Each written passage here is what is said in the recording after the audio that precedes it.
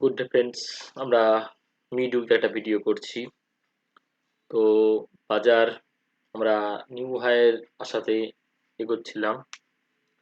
তো আগামী দিন হয়তো মিড উইক ভিডিও করতে হবে, তো তার জন্যই আমি আজ থেকে স্টার্ট করে দিলাম।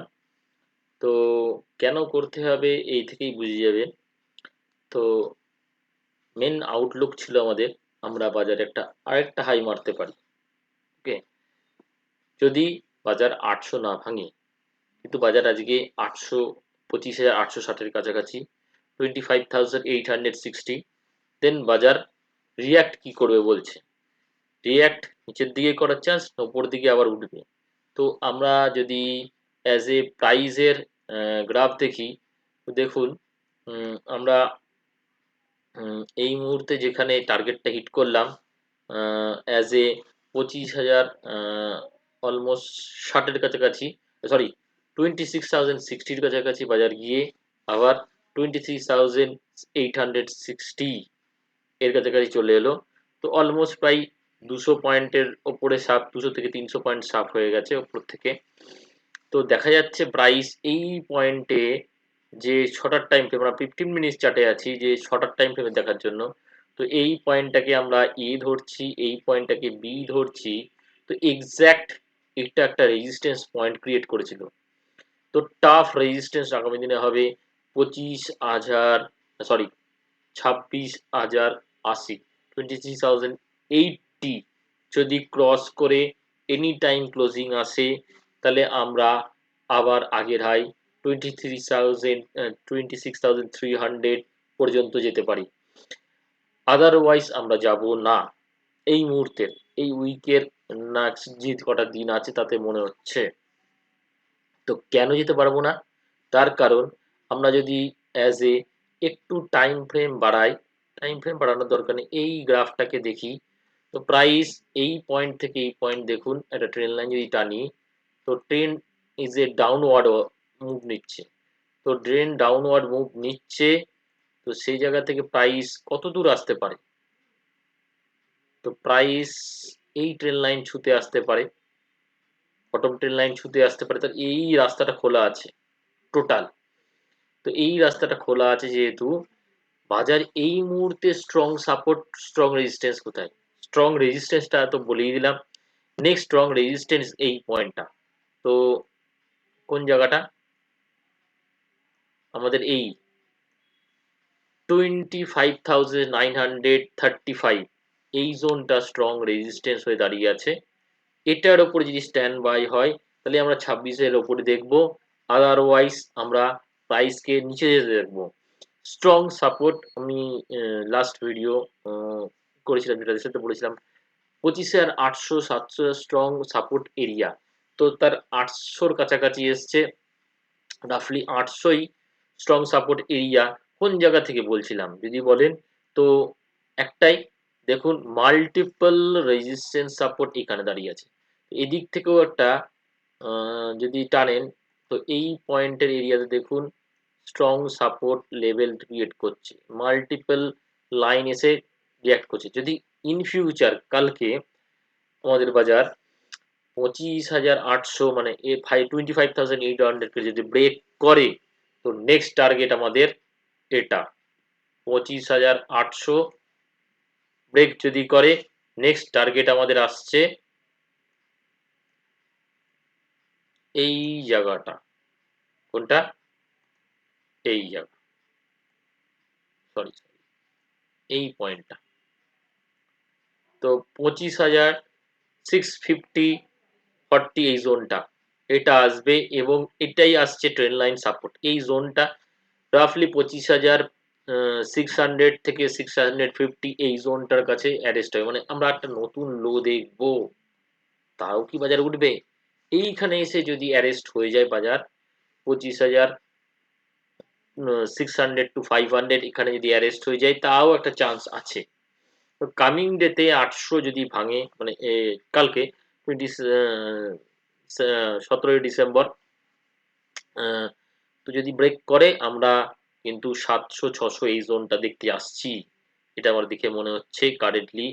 এবং যেহেতু প্রাইসের আরেকটা ফাংশন আমি দেখিয়ে দিই আপনাদের, প্রাইস অ্যাজ এ কারেকশন পার্টে যেরকম ভাবে আছে, তাতে দেখা যাচ্ছে এখানে 300 পয়েন্টের ওপর র্যালি হয়েছে।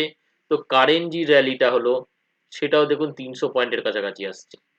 তো কম্বিনেশন অফ পুল ব্যাক এক আছে, তাহলে কম্বিনেশন অফ কারেকশন যদি এক হয়, তো তাহলে কি হবে? কম্বিনেশন অফ কারেকশন যদি সেম হতে হয়, তো তাহলে প্রাইসকে এই পয়েন্টেই আসতে হবে। স্ট্রং সাপোর্ট লাইন হচ্ছে এই জায়গাটায়। দেখুন এই জায়গাতেই প্রাইস এসে থামবে ইন ফিউচার। আমার মনে হয় প্রাইস যদি অ্যাজ এ নেক্সট 800-700 জন ভাঙে, 600 থেকে 650 এই জোনটার জন্য রেডি হওয়ার দরকার আছে as a Nifty.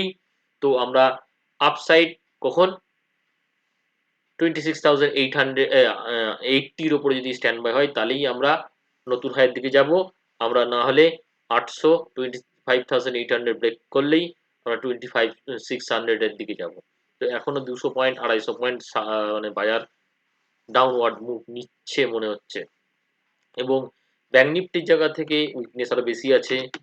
Bank Nifty যদি দেখেন,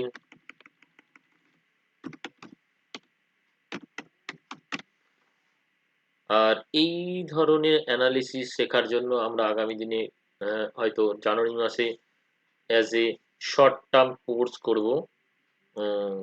2 দিনের প্রোগ্রাম থাকবে।